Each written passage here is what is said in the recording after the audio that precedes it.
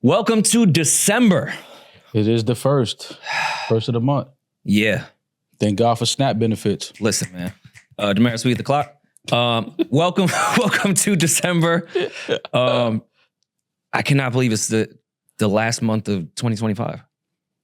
You scared? Like that whole saying of like when you get older, years go quicker. And yeah, like I'll be 36 next year.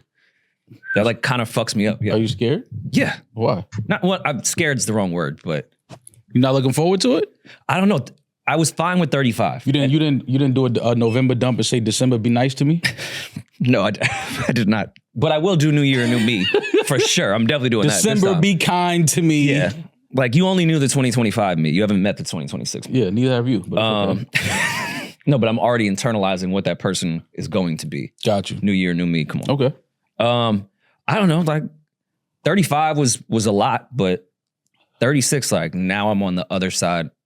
Now I'm like leaning into my latter 30s. It's not a scary thing. I think the point of life is to age, and I'm happy to age. But I don't know, man. It's a weird thing getting older. Yeah. I have like random bruises. Is that a thing with age? Nah, like I have just random bruises now. I'm like, where did this bruise come from? Fighting demons in your sleep. You said what, baby D? Fighting demons in your sleep. The random bruise. Like I just woke up with a random bruise. I'm like, how the fuck did I get a bruise on my knee? Oh, you probably bumped your knee around the house and didn't even realize. Yeah. Just the 35-year-old adrenaline. Or you was given a ghost head, one or the other. So I don't know. Oh. That's what you think I was doing? I don't just on one right knee, I don't have bruises on my knees. I never get bruises on my knees. So. First of all, giving head on one knee is fucking hilarious.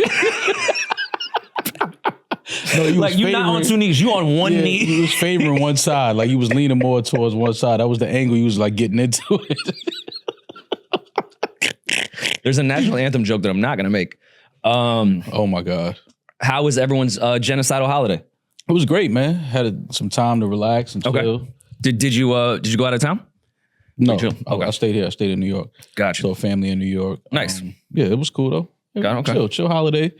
It's we got to make it a thing though. Now that we're getting like you say 36, I'm in my 40s. Like we got to be the ones that like host Thanksgiving now. I know.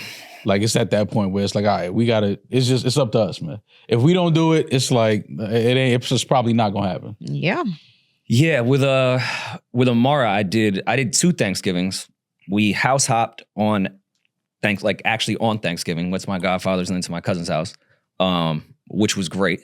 But then Friday we did my family and Kia's family, where Kia and I cooked and like hosted, and I was exhausted. Like now I understand. Like we pulled it audible and had to end up doing that. I feel you, Demaris. Yeah. Last episode I was like, yo, this is the greatest holiday. Nah, man, fuck Thanksgiving. Shit is awful. Outside of the obvious. You said it's awful? I was so tired after cooking all that shit. I didn't even want to eat.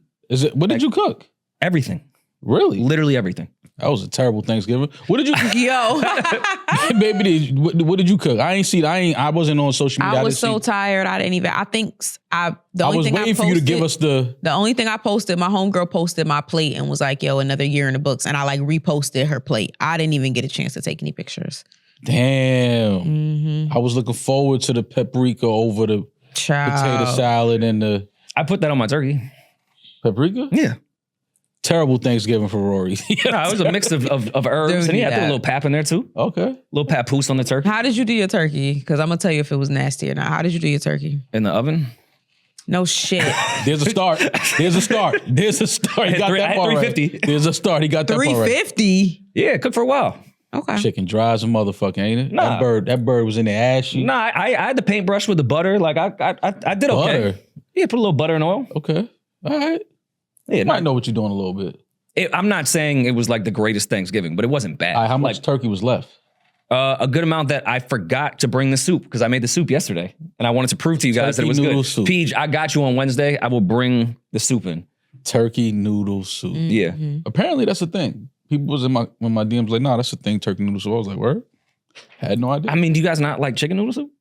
It's like that, but better. It's okay. Yeah. I'm not a big fan, but it's all right.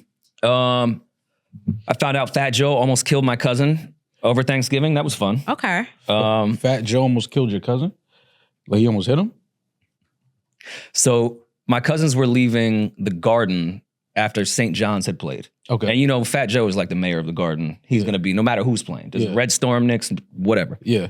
So I guess Fat Joe was in a car that, you know, when someone's trying to lay low, like you would expect Fat Joe, because we know Fat Joe has a lot of money, he would be in the best of cars. But some celebrities just like to lay low. And I'm going to be in something a little different. I'm not going to say what the car was. But he pulled up when they were leaving the Garden. And my cousin, without hesitation, said, "Car in the shop, Joe?" Oh, yeah. He should have got his ass kicked He for said that. got his Fat ass Joe whooped. went like this and then just started laughing. Yeah. But he was like, nah, he thought about it. Like, he wasn't joking. He was going to kill my cousin. He's probably And getting they a was ride like, to his car. yeah, chill. He's probably getting a ride to the car. I know how that goes sometimes. Nah, some people just, celebrities, it wasn't a bad car, but it was, you got to lay low. In the city, if he pulls up in a Phantom, then everyone's like, yo, what the fuck? I mean, New York, it's nice cars everywhere, though. You ain't got to lay low in New York. Yeah. But I mean, it was a chill holiday for the most part. Yeah. Yeah. My pops only said like a few inappropriate things. It was all right. Oh, man. He was supposed to go all the way in, man. This is the year. He got to give it all. He got to give it his all. There was this one holiday. that was crazy that I cannot say on the show. Come I'll tell you on. off. No. Come on. No, don't fall victim to Maul's commands. No. Come on, man. They already canceled you. It's all right, man. You can say whatever you want to say. Yeah, but if this community cancels us, then there's no more ad money. Oh, man. We are back, sponsored by Boost Mobile. Mm-hmm. Unlimited talk, text, data, and turkey noodle soup. Maul, Yes. you missed our outing on Thursday. You didn't come to the show. What outing? The Leon Thomas show. First of all, you said you was forgot. going home. Out. Rory, stand up for me now. That is true. Now's your chance. Yeah, I got tickets and then I kind of talked her into it. He was supposed to be taking me home. He was driving me home the entire drive to my house from Manhattan to Brooklyn. He was like, "Come on, just come." I was like, "I want to go home. Like, I want to go home." I had ordered food. We went and picked up my food. I didn't even get a chance to eat my ramen. So how was it? Leon's amazing. First of all, don't let her gas you. I dropped her home. And then she came to the show. Rory called me 3 times before I walked in my door. Like, yo, I got the tickets. Wait, hold up. Yeah, hold like, up, don't hold let up. her gas you. He dropped you I off at the crib. Yes, I drove her home because I was going to Leon's show. Because and I had told 3 him, passes. I told him I would go with him. But by the time he pulled up to my house and he had been begging for fucking 45 minutes, I was like, fine, fuck it, we'll go. Because the person that was in my house was like, I'm down to go. So I was like, fuck it, we'll go. So we went. We went for like an hour and a half. Listen, man. You can talk about it. I've been a third wheel before, but God damn. I hate New Love so much. New Love is disgusting. Baby, then you was booed up at the Leon Thomas show? Where else would you be booed up at? Nah, niggas is fighting that Leon Thomas show. Y'all ain't know that? Niggas is getting it. Niggas is running into the ops at the R&B. I was fighting love the whole time. I was like, get this beautiful PDA away from me. I hate you guys stare at each other's eyes. We like, were bad like that. Yes. I'm sorry. You not sorry, so don't even say sorry. No, you we not didn't sorry. even talk about how Rory, going places with Rory, you never notice certain things until you have someone with you, because then you're just like more aware. Because I'm so used to the way that Rory is. Like when Rory walks in spaces, like he just gonna walk past the bouncer. He walked into the bar. He walked behind them people fucking bar. They said, "Sir, can you get out?" That was an please?" accident, by the way. I know. But he was How was that an accident? I thought it was the door to go to the back, and it was literally the back.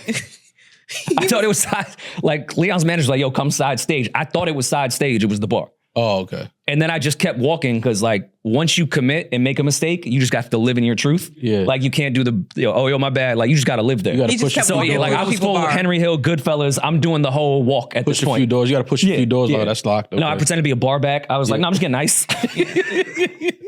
Because I felt so embarrassed. I just had to live in that moment. I've been seeing some clips from the Leon show online. He playing the drums, guitar. It was I said, incredible. this nigga's all over the stage. It was incredible. He's extremely talented. If you're not a Leon Thomas fan, because the person I was with was not a Leon Thomas fan, he was like, this is one of the few concerts that will make me check out someone's music. Like he's extremely talented.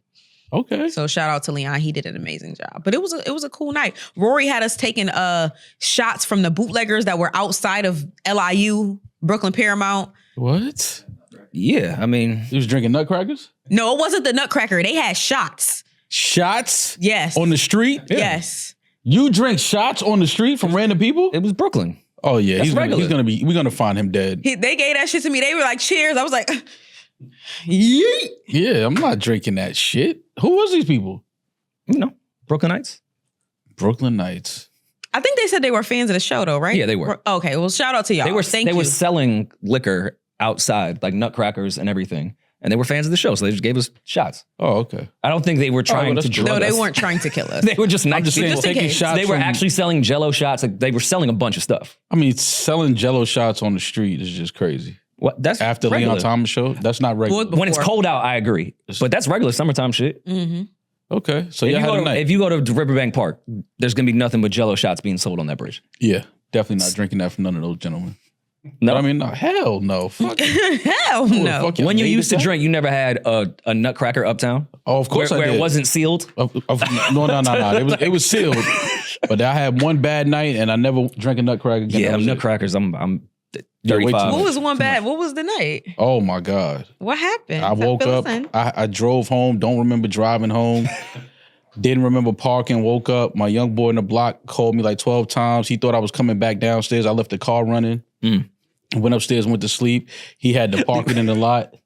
Yeah, it was bad. It was bad. Yeah, never again. Never again. I had I had like maybe 3 nutcrackers. It was crazy. Yeah. 3 nutcrackers is No, wild. Yeah, it was yeah, 3 is crazy. Yeah. Yeah, no, I went crazy. That would put. But we was me on my outside ass. from like 9 p.m. to like 2, 3 in the morning. Yeah. So that's easy. 3 is a It's lot, easy to go through 3 nutcrackers Yeah. in 5 hours. That's easy. And if you're not And from the New first York, 2 probably you didn't feel shit. Took a sip of the third one and then Yeah. everything hit you. That was it. explain to the non-New Yorkers who listen to us what a nutcracker is so they'll know. Nutcracker is death juice. Yeah, Do not it's a drink lot it. Stay of- away from it. It's everything that is in your cabinet that is almost running on empty, and you just pour it all in one bottle and add fruit punch. I was about to say, add some fruit juice and you got it. You can't even that's it. taste the 151 in Yeah, there. you don't want that shit, man. Leave that shit alone. Do not drink that. But yeah, Demaris left us halfway through the show. I went to the after party by myself. Like, You went to the after party? Yo, he was no, outside, not boy. not the actual after party that was in the city. They had a after party in the venue Okay. upstairs, which was fun and kicked it with people I knew. But Where did he perform at? Brooklyn Paramount, right? Mm-hmm. Okay. Yeah. How's that venue? I never It's great. been there. Yeah, it's really, really good. It actually kind of reminds me like of an downtown LA type venue in New Okay. York.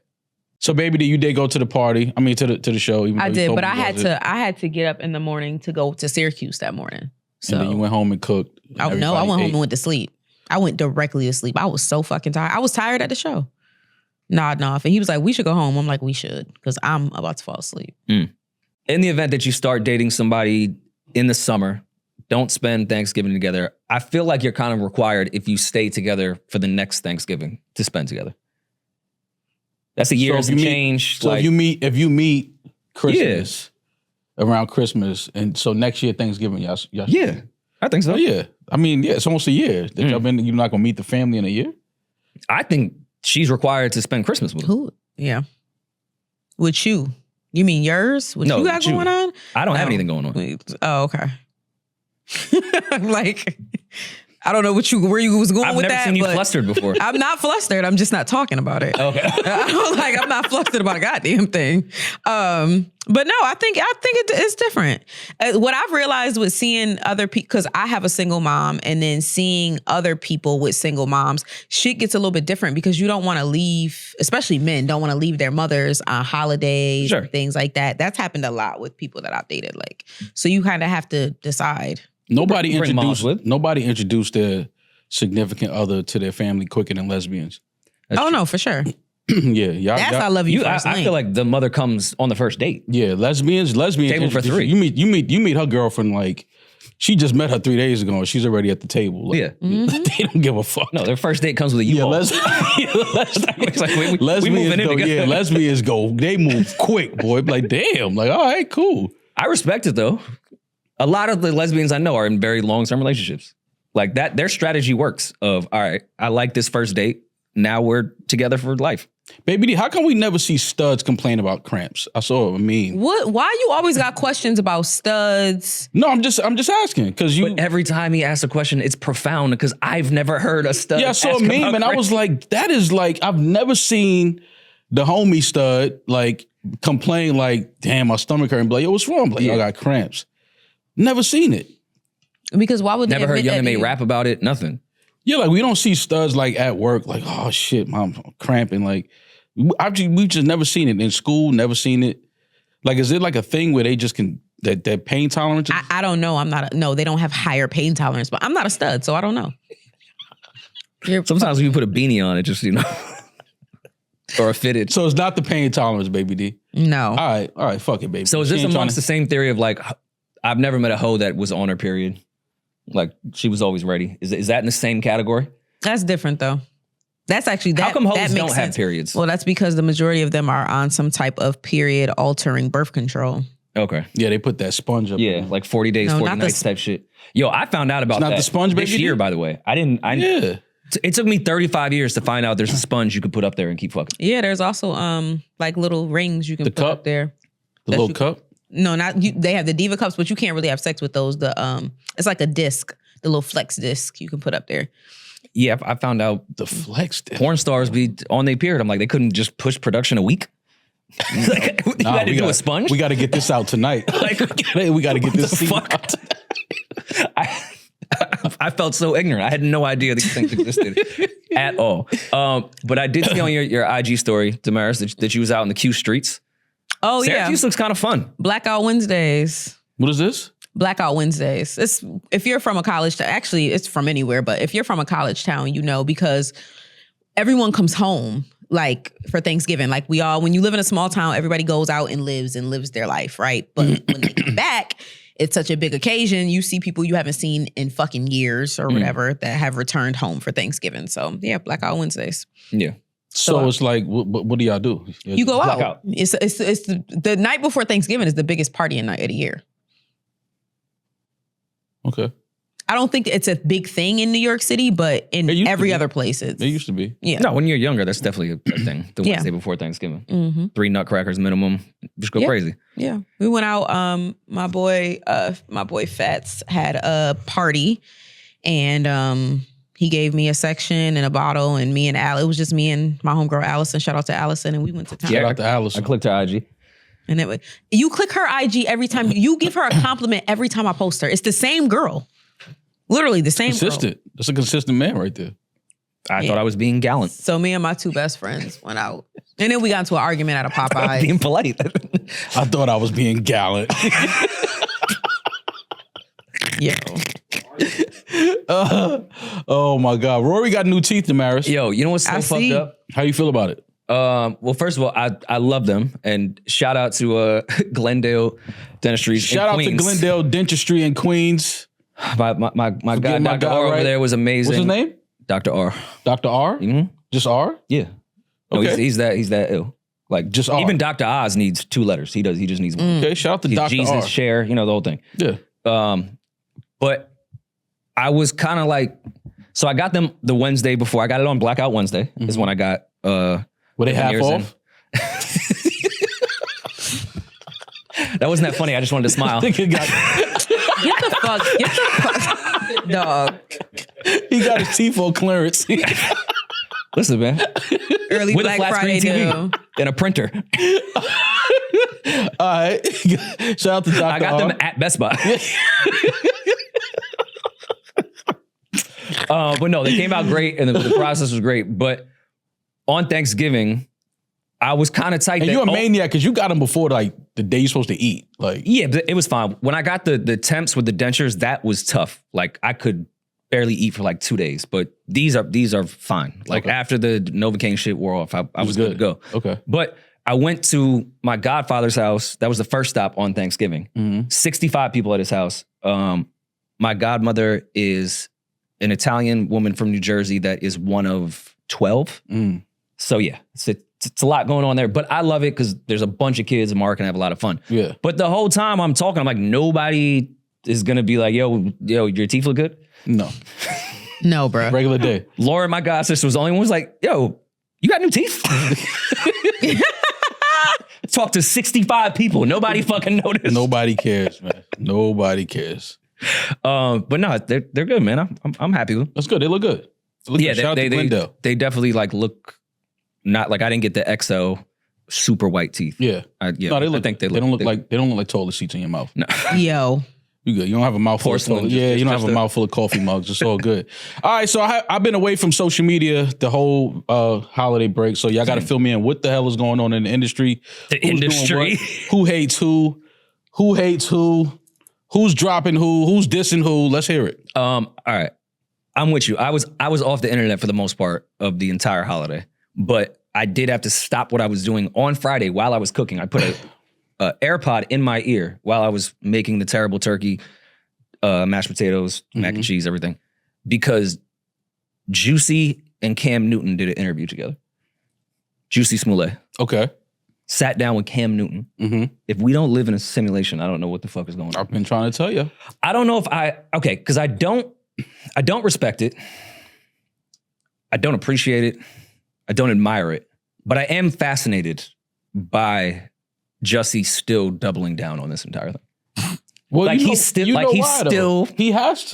At Like this point, he has to. Yeah, but like the confidence in which he has in the lie that we're all crazy. Mm-hmm. His all right, the way they studied Aaron Hernandez's brain after he unfortunately killed himself of the causes of CTE and what that does. I need to know the level of narcissism that has entered Jussie's brain and how somebody gets there. He might be like higher than Trump, Putin, anyone when it comes to the level of narcissism. Like, it is absolutely fucking insane. I used to laugh at it. Now it's getting to a point where he may harm somebody. Do we think that he can even admit that he was lying at this point? Like, do all of these interviews go away if he says, I was lying? Or do people still want him on their platform because people are going to click and watch it? Well, he said that he wishes he made it up so he could do that very thing and we could all just move on. But, he didn't. Even though there's like stuff on, never mind. It's the... Yeah, I don't know. You don't have to watch any of this. It's 2 hours. I've never seen two people... I fuck with Cam Newton. I think his platform is great. I've never seen two people talk for 2 fucking hours and not say one thing of substance at all. They said nothing for 2 hours. At all. The only thing Cam was said that made me laugh was, I forgot you was on Mighty Ducks. Yo. I forgot. For 2 hours. I forgot he was on Mighty Ducks. I don't know if him and Cam are friends. I don't know. Of course, I understand that his publicist would want him to go to the most softball shit, but I don't think Cam Newton does he's not Charlemagne, but he's also not the most softball interviewer ever. This was kind of disgusting to watch. You didn't even ask a single question. Well, I feel like everything's been what are the hard-hitting questions you're going to ask What Jussie? more can we ask? Okay. That's what I'm saying. No. But here's my thing. I agree with you if they didn't just put out that documentary that was produced by Jussie, I believe, on Netflix. The amount of cell phone records that they followed those two guys, they did a Fox News special Jussie, you have not answered to anything that was in that doc. Mm-hmm. There's 1,000 questions you could ask now. Yeah. After he did the Gale shit, cool, whatever. We could just laugh at it. But a bunch of stuff came out again, and you're just not going to ask him? Yeah. While he's doubling down of being the victim, even though he says he doesn't want to be a victim, but he is the victim, and we all, projected our insecurities on gay men because of this. We didn't look at the facts. We just saw him as a gay man and was like, fuck you. No, I think we did look at the facts and we knew it was bullshit when that meatball sub. And we didn't even think about your sexuality. Yeah, we didn't care about your sexuality, Jussie. The meatball sub made it home after you had a noose and bleach poured all over you. It just didn't make sense to nobody. I think that was it. But I mean, if Jussie's still on this champagne campaign, then, if people want to sit down and talk to him, I guess. I don't know what we can get out of it unless he decides to get to the point where he's like, you know what? I was lying. All of this was me. His brain should be studied. Well, Rory said he's releasing new music. Is this true? Oh, I was going to get to that. Even though I think he's probably one of the most narcissistic human beings that's ever existed on earth. And listen, he made a mistake. He had a drug problem, mental health issues. I can give some grace there for you setting up some bullshit like that to take advantage of a very sensitive time, even though that's insane. I can still give you some grace. She was going through some shit. But to triple down on it in the most arrogant, narcissistic way ever, I think he should be in jail. But with that said, his new single Breakout is incredible. The song is fucking great. He got it. Because Jussie is talented. So good. He's talented.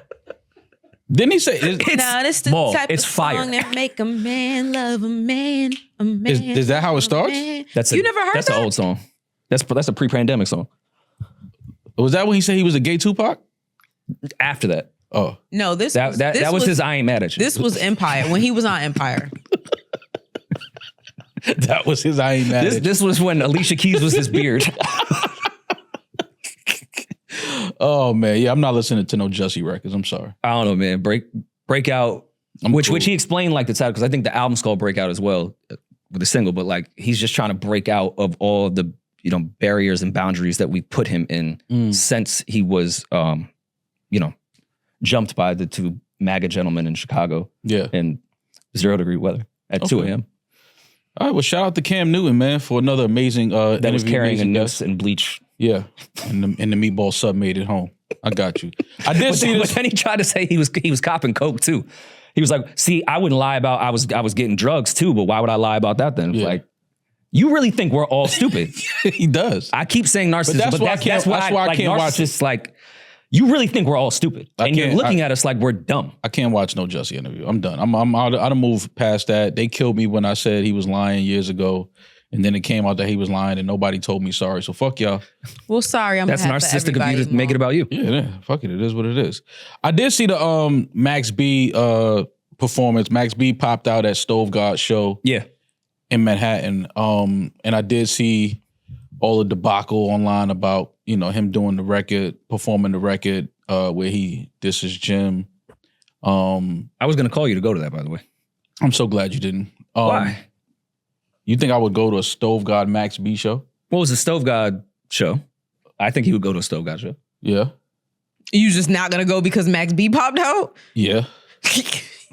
Is there smoke with Max B? Nah, I love Max. There's too many niggas in the building. Okay. I don't want to be where there's too many men in the building. Well, a Stove God show, there's gonna be a lot of men in the building. Yeah, that's why he should have had if he would have had a female guest pop out, like Stove and Max, I'm cool. I'm maxed out. Too many gentlemen. But I love both of those guys. I love Max. I told you. You would have preferred like Stove and Janae. There you go. You know what I'm saying? Give me the Stove bars and then let Janae kind of heal everybody and calm everybody. I would actually love to hear Stove over Janae like type production. Yeah, but Stove and Max. But it made sense because like we spoke about a few weeks ago when we knew Max was coming home, this was the perfect time because guys like Stove God being as hot as he is right now is a direct influence of Max B and Oh yeah, the Stove has a melody rap, lot of Max. the melody pause, rap that Max made popular and with his style. So I think it made sense for them to be on the same show together. But I just it's just too much. It's too many gentlemen right now. It's just everybody got to just relax. We need more ladies around. Let the ladies have fun. Well, I know women that are Stove God fans. Let's not do that. I know a lot of women that are Max B fans for sure. But I mean, Max B. I thought about going. If I didn't cook all day, I probably would have went to the show on Friday. But I wouldn't have went backstage. I hear you there. Like that would have been a little too aggressive for me. I would have stayed in the balcony area and just enjoyed the show. But I did see Max B addressing the situation because he performed a record where he throws shots at Jim. And people had something to say about it. It was like, oh, he's back on that type of time with that energy, just throwing shots at Jim. And then Max B addressed it saying he didn't know that Flex was going to play that record. Saying that he didn't even really know the lyrics. He don't even remember the lyrics, just that and the third. And I was like, okay, I can kind of understand what Max is saying. He caught off guard. He only agreed to do 1 or 2 songs, and then Flex played that record. So I was kind of understanding what Max was saying, like, damn, that's on Flex. But then I saw the footage. And I saw Max 2-step into the record as he was performing it. Mm-hmm. And I'm just like, all right, that doesn't say you didn't want to perform that record. And the record they're referencing would be Touched It in Miami, correct? Yes, which was a very, very, very, very big Max B record that does address an alleged situation with Jim Jones' wife. And we don't need to get into that. But I hear you, because I saw the apology before I saw the footage, too. Oh, yeah. And I was like, all right.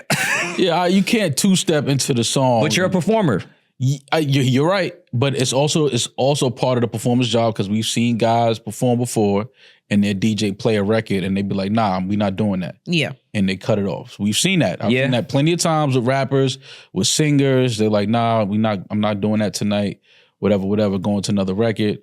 I've watched Nas play Ether and go, love Jay-Z. Yeah. Yeah, I mean, you know. I was so mad at Nas.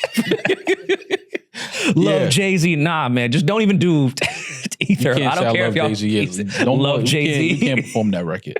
But what does this mean for Max and Jim's relationship? Obviously, Jim is very firm on him never fucking with Max again and him never being cool with Max again.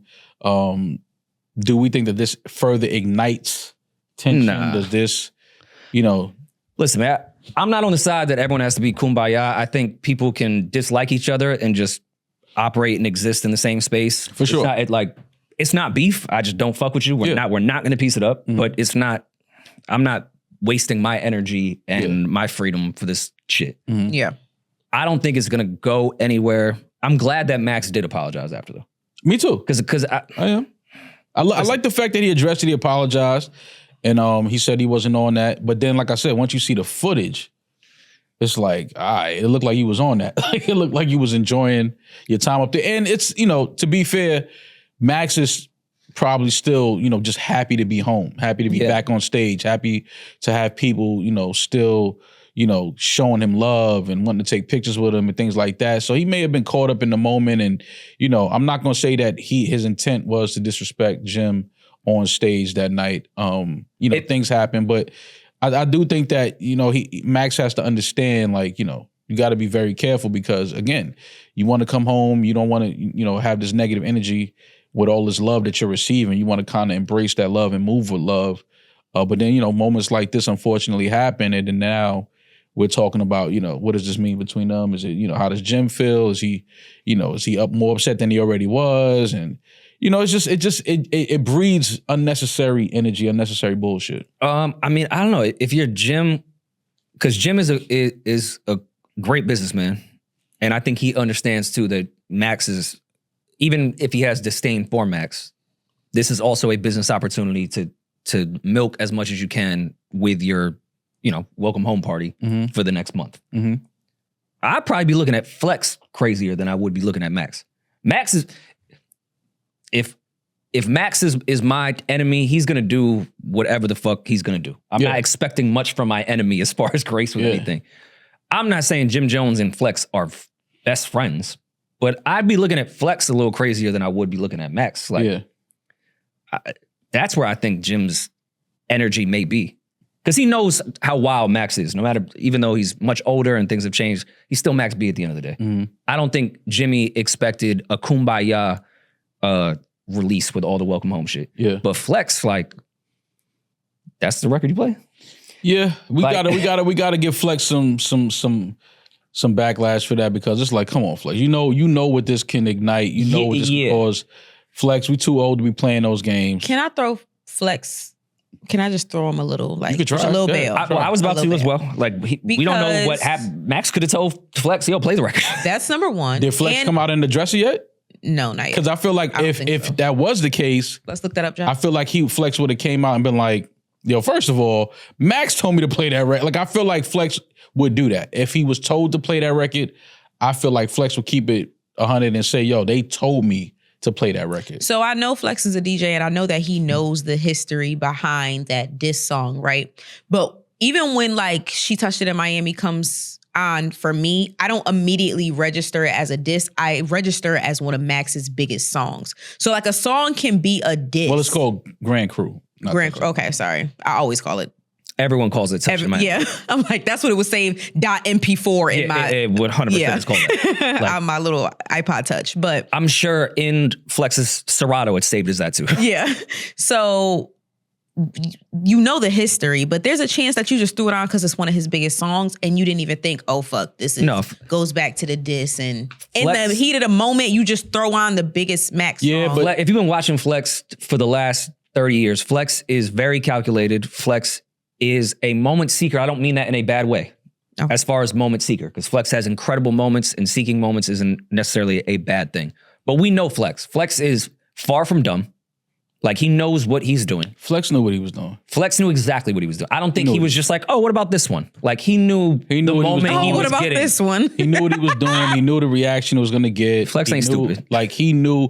I didn't see the full footage of Max on stage, but he probably was thinking that Max was going to lean all the way into the record and really full out perform the record. And, I'm guessing that's the energy that Flex probably wanted on that stage for whatever reason. So, it's a big moment, hip hop is competitive, it's supposed to be that, whatever. But with this situation here, it's totally different because, again, Max is just coming home. He don't need that type of negative energy, with him. You gotta move carefully with this type of shit because this is a serious situation.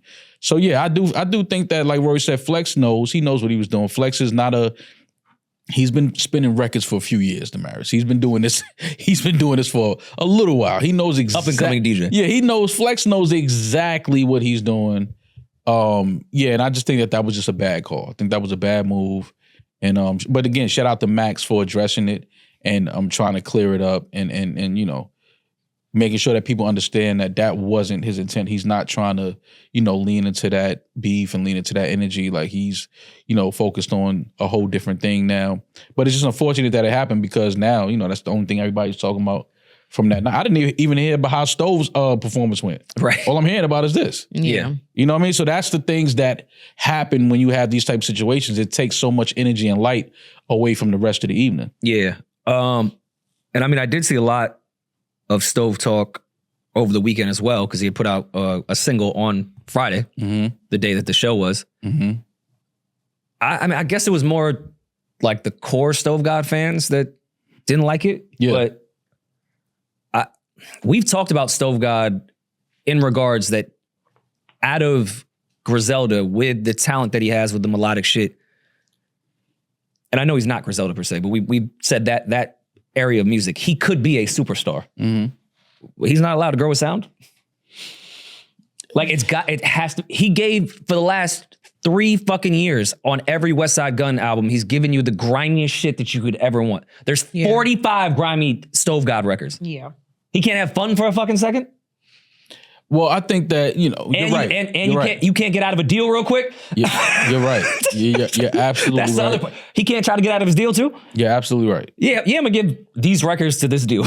Yeah, but I'm not mad at the record. I actually like the record. No, I like the record. I think that, I think people want to hear, Stove on that boom bap sound forever because that's where we kind of, we come to love that sound from him. But I mean, he's still on there. He's still Stove on there. The music is just a little different, but he's still talking that shit. So it's like, I don't understand what people are upset about. I thought the record was cool. You know what I'm saying? As long as he still is rapping and he's still talking slick, I'm cool. I don't care about I like when, you try different things with the music. You try to change the sound a little bit.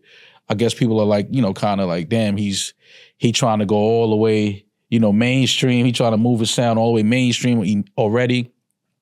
I just think that, he's grown as an artist. He obviously had a, big year with the Clips, with that record. And I think that, he has more eyes and ears on him now. So he just, now he wants to show a little versatility. And as an artist, I think that, as consumers, I think that we should allow artists to do that. We have to allow artists to grow and change and try different things. If we want to listen to the old boom bap, we can still go listen to it. But this is something new, and this is what Stove want to do. But again, as long as he's still rapping at a certain level, I'm cool. His tone is too great. His melodies are too great to just stay in the same lane forever. Same BPM? Yeah, as much as I love that, I think he's too talented to stay there. Yeah. Like, even when there's like rapidy rap rappers that I love to death, some of them I do want to just stay in that lane. Mm-hmm. Like, that's where you shine. To me, Stove is way more special in his versatility. And I think actually some of that holds him back of the type of music that we could get. Mm-hmm. Like, if you give me the fentanyl version of 808s and Heartbreaks, I would be fine. Yeah. Like, that's how talented I think Stove is and how the tone of his voice is so much different than everyone else's. The way he finds pockets and melodies, like, yeah, man, Stove, experiment with everything. We know for a fact, I wasn't mad if we get upset, we know you and Alchemist could do a 5-record EP on some grimy shit and we'd be back. Yeah. So go experiment. How you felt about it, Baby D? I haven't heard it yet. Oh, you ain't listened yet? I haven't heard the record. It wasn't a Blackout Wednesday. Oh no, it wasn't out during Blackout Wednesdays. Man, I was gonna say, in the Q streets, I figured like they would have been going crazy. Usually, did you feel a way that he was in New York on Friday and not in Q's? I mean, he was working. We all got to work sometimes. That's a fact. Yeah, the moment they make it, they leave. Shit is crazy. The moment they So make why it. you still here? So why I'm still looking at your ass? Why you ain't I've leave? been wanting to leave. The closest first I made was New Jersey. No warrior now. Maul, this is disgusting. I think it's time to upgrade. This is insane. You're right, man. You should upgrade to the iPhone 17 Pro because, believe it or not, it's designed to be the most powerful iPhone ever. Of course, it'd be more powerful than the 16. But I'm sure you're thinking about traffic on the way, transferring your data. That can be a mess. Sometimes you just want to keep this chipped up phone that you have. Absolutely. But I have good news. When you order the new phone online with Boost Mobile, they'll send an expert to your home or to your work right here. Yeah, right. They could come right here just to give you your iPhone 17 and get you set up with Boost Mobile within minutes. Visit boostmobile.com to get started. Delivery available for select devices purchased at boostmobile.com. Terms apply.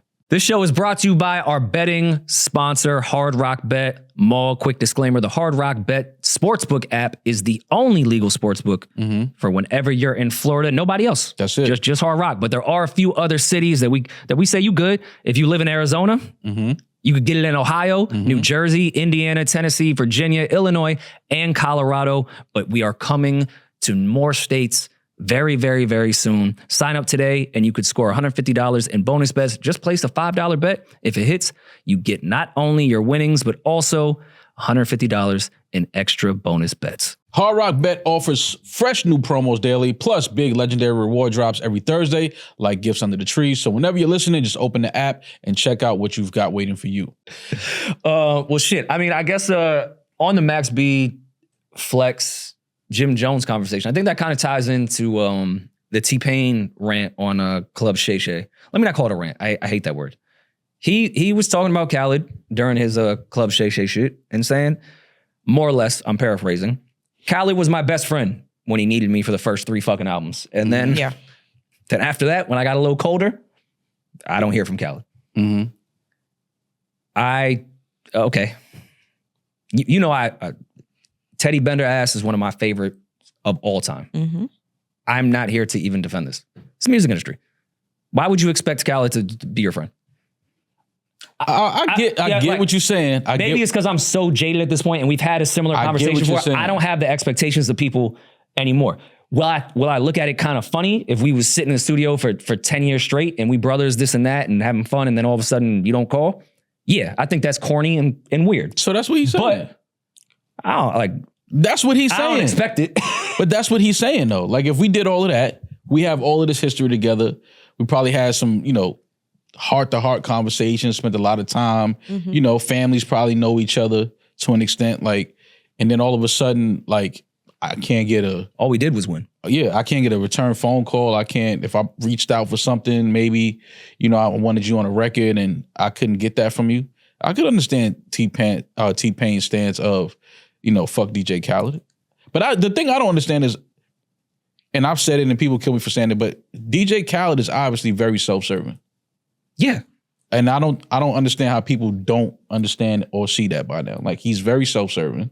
Sure. Which is fine. You know what I'm saying? Why he's been the businessman that he's been in the music business. Right. Like, so, I mean, but again, T-Pain probably felt like they were a little closer, a little better than that. And, I mean, it is what it is. If that's what his stance is, if his stance is he's not fucking with Khaled, and I'm sure he has, because T-Pain is not somebody that I can remember ever having a real issue with anybody other than auto-tune.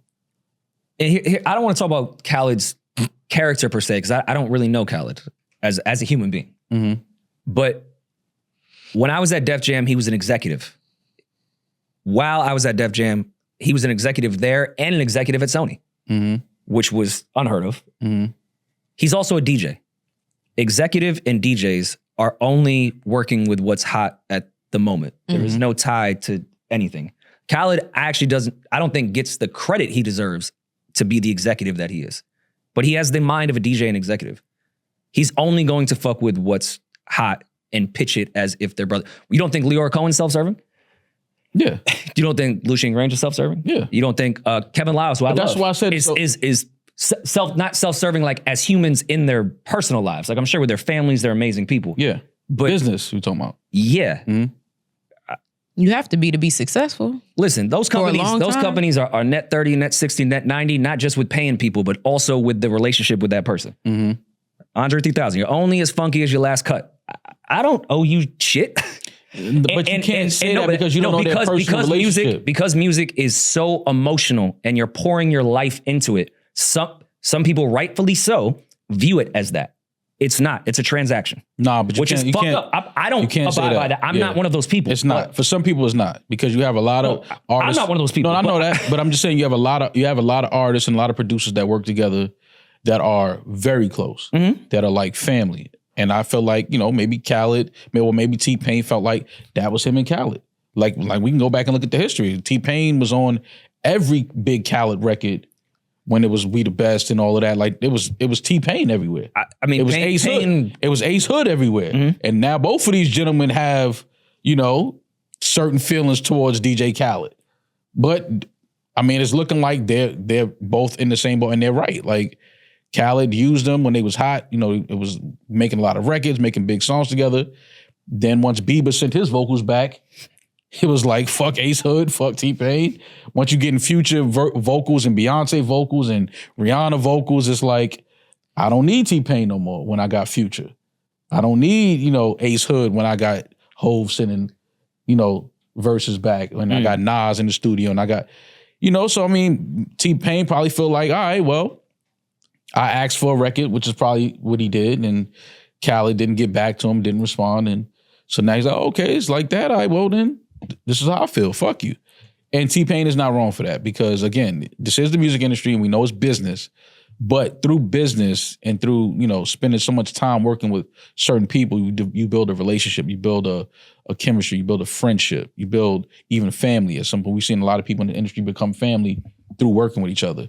And, sometimes it goes that way. Sometimes it's you find out this person was just using you. And I think that's where T-Pain is at. Yeah. Where do you fall on the side of if you're not being used, you're useless?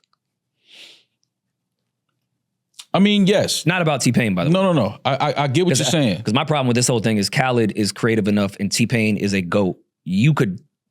Khaled and T-Pain can make a hit record right now. 100%. But 100%. But listen, man. I'm not the biggest Khaled. Like, I don't like many of the Khaled Projects albums. I don't go back to a lot of those. The early ones I definitely like. Well, the early one, yeah. Guess who was on the early ones? Pain. I think. All right, then. So here we go. What's the one with his son on the cover that is his son EP'd? I love that one. Yeah, I don't want to mispronounce his son's name, but yeah, I love that. That was probably my last favorite Khaled album. Yeah, but I just don't, I get it, man. And it's a tough pill to swallow when you realize that people's only using you because you was hot at the moment. But it's a real thing. And I hate to go back to the first point of executive and DJ. Like, he's a DJ. Even if you go to Flex, like, yeah, there's probably artists that had 2 great records in 98 that Flex played all the time. Does Flex owe them the 2025 record they want to put out? Like, he's a DJ. He just moves on to the next thing. But that's completely different. Like, I'm sure, and I hate to just put Flex in this, even though I'm critical of Flex. I don't want to put something on his character. I'm sure Flex is called Mike Geronimo brother before. And I love Mike Geronimo. Like, I'm just using an example of somebody that had a great record in the 90s. I'm sure Mike has went to Flex after, like, yo, I got this other record, and Flex was moving on to DMX at that time. I'm just playing other shit. So you could do that. Then I could say, do you think that if Pat Poose ever went to Rest in Peace K Slay with a record, Slay wouldn't have played it? No, wouldn't have happened. Fair. Wouldn't have happened. I'm trying to think, like, with Clue. Nah, because even Clue, Ran is probably one of the best rappers of 2025, 24, 23.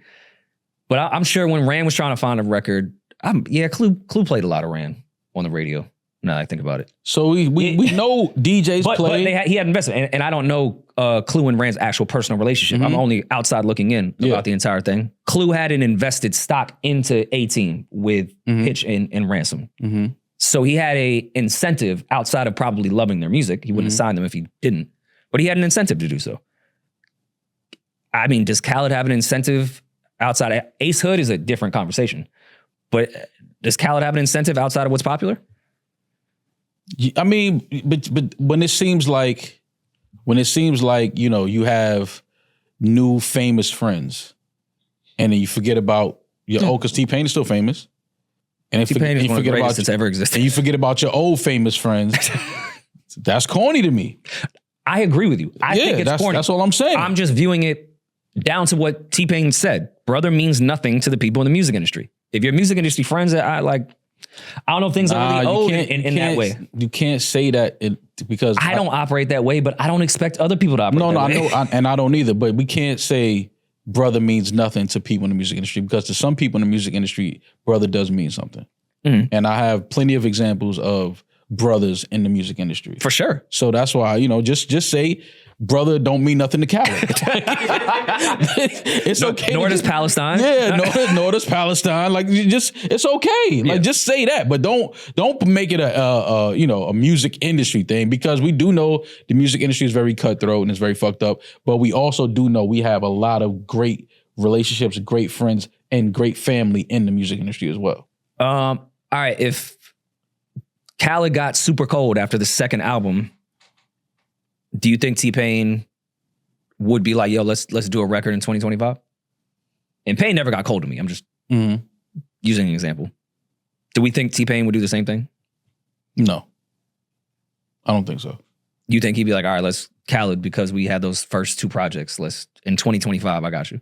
Yeah, we've seen artists do it all the time. Artists that had hot records in the 90s, early 2000s, and then they come back in 2025 and be like, shit, Nas and Premier about to put out their first album. But weird. No, I'm just saying, but they gave us something in the 90s. Yeah, for and sure. and been teasing an album for years. For 15 years, I want to say. And maybe more. And now it's finally here. One of them picked up the phone. Childhood, sorry. One of them picked up the phone and was like, yo, you know what I'm saying? And Nas could have been like, yo, nah, Preem, you ain't that hot right now to me. I'm just saying. Apples and bowling balls. I'm just saying he could have.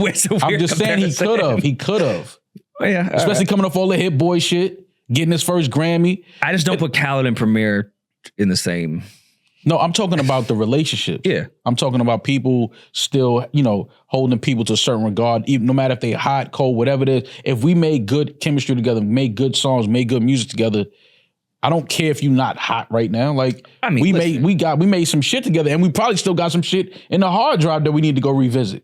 But that speaks to Preem's character too, because Preem will work with anyone. That's why I think he's a GOAT outside of all the amazing shit he did. But him and Nas' relationship started when Nas was nobody at 19 and gave him New York State of Mind. Mm-hmm. Preem was already on. Group Home had been out. Like, Nas was nobody. He was like, yo, I got you. Right. Preem is just a different type of human being in that regard. If he fucks with you, doesn't matter how popular you are, he'll do it. So say fuck and say brother means nothing to Khaled. But Preem is an amazing human being. So say brother I can speak to. I don't know Khaled. Nothing. I know Preem. I know Preem well. Say He's brother means nothing to Khaled. Don't say the people in the music enough. industry.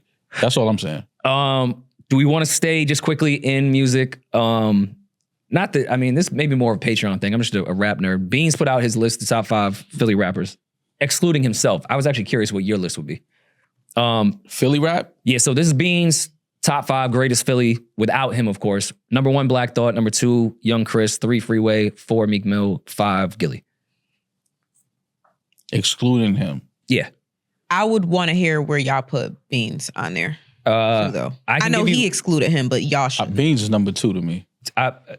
My list would be Black Thought 1, Beans 2, Freeway 3, Chris 4. Actually, I got to stop lying. Meek 5, but then Eve. I don't know where to put Eve. I'm capping right now. Capping on having Meek solo. Beans is number 1. I'm not mad at Beans being number 1. Beans is one of my favorite rappers. Black Thought is a fucking alien. He could probably rap better than 99% of niggas on planet Earth. I would say 100%. But I don't listen to Black Thought as much as I listen to Beans. Okay, but we're talking about greatest rappers. I listen to Beans more like. And me and you have had this discussion too, where just because you listen to something more doesn't make it greater. So greater rappers. I'm still going. My 5 I'm sticking with. I feel like Eve deserves to be in that 5, but I have Black Thought, Beans, Freeway, Chris, Meek. But I want Eve to be somewhere in there because she deserves to be there.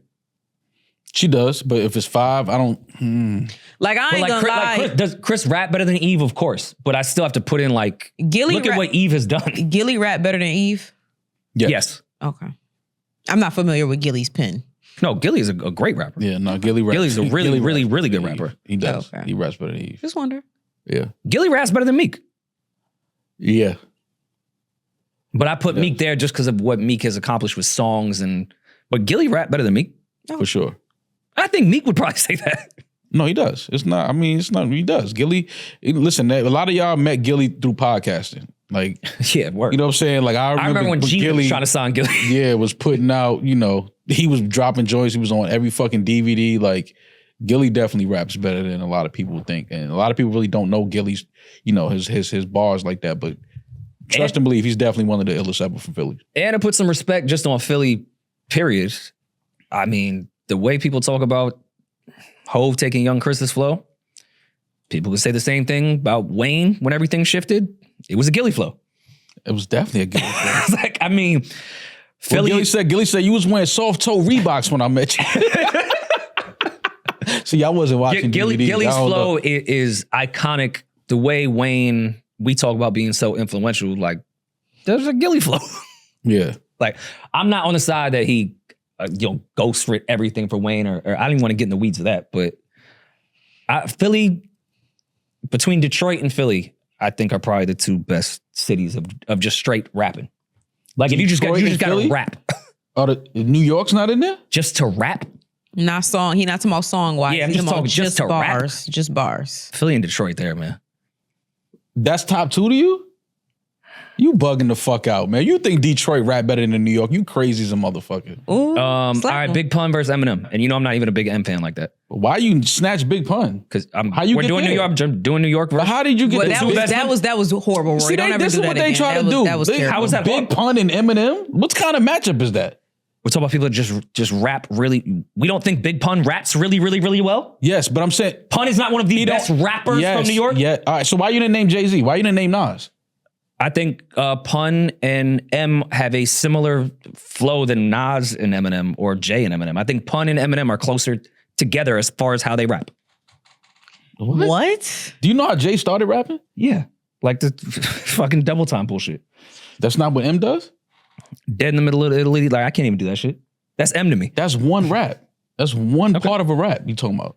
That wasn't Pun style throughout his career. For sure. But I mean, the first album, he rapping. Like, he rapping with Black Thought, actually.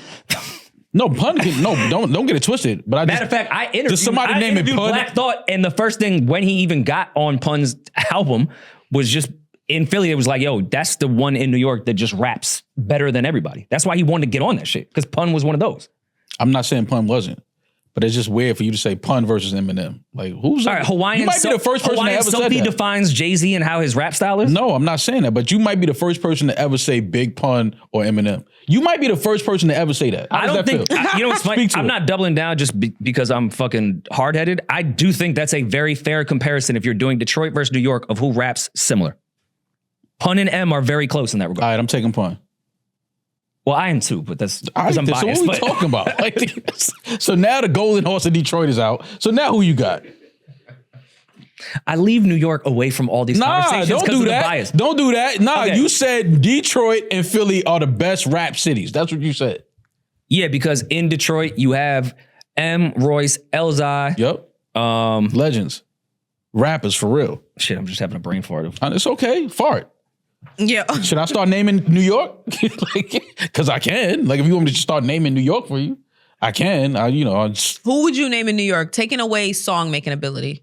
Just rap? Just rap. Taking away song. Because why I'm making that comparison is, yes, of course, New York freestyled like that, but New York was so focused on making songs from the 90s and the 2000s. In Philly and Detroit, they was just rapping. No, hours on end, just rapping. Philly is one of my favorite rap cities. You'll never hear me say anything about the spitters. I'm talking about the niggas that really could rap from Philly. Like, it's incredible bars that we can quote. But when you say best rap cities and you go Detroit and Philly and just like, what? I think M, Royce, and Elzai is the craziest three when it comes to just rapping. Like, period. Jay, Nas, and Big. They focus more on songs. Show. What are you talking about? They focus more on songs. What are you talking about? What are we talking about? Nobody raps better than Jay, Nas, and Big. Nobody on planet Earth. I mean, I'm not gonna disagree. Yeah, Because you know where my bias stands on everything. But yeah, so what are we talking about? People gonna give y'all ass fighting for Eminem to be better than all three of them. Y'all do not know. Yeah. Better than who? Jay, Nas, or Big? Yeah. People gonna Nah. get on y'all ass. You niggas better go back and listen to some music. Jay-Z, Nas, and Biggie are the best rappers. I always take J over M in any category. But I can totally see why someone would be like, nah, M, if you print out a piece of paper, yes, he's rapping better than everybody. Who? That's LA? what I'm talking about. Somebody from LA is screaming across the coast right now. About what? LA rappers? Mm-hmm. No, respect to all the major cities. You know, we can name a bunch of cities, but I'm just saying. Rory said I made the Detroit argument the last 10 years that and LA has Philly. been out rapping everybody. that LA's been out rapping everybody. Yeah, We've had this conversation. Before. Yeah. Easy. But if you're going back to the 90s, like, yeah, is Snoop incredible? Of course, but it doesn't add up to all the rappers that were in New York at that time. If you talk about rapping. Every time you say Snoop name, I just think about that Snoop and DMX versus. I hate that versus so much. I hate that they did that. That matchup. You didn't hate that matchup? Of course I did. I hate it. I really can't believe they did that. Like, Because DMX said he was molested and y'all kept dancing. but see, he always got to make it weird. See, you gotta make it awkward. that was my takeaway from that. Yeah, I hated that match. I never think that Snoop and DMX was supposed to be in a versus against each other. Like, I didn't like that matchup. But rest in peace to the X. Yeah. Well, to be fair, sorry.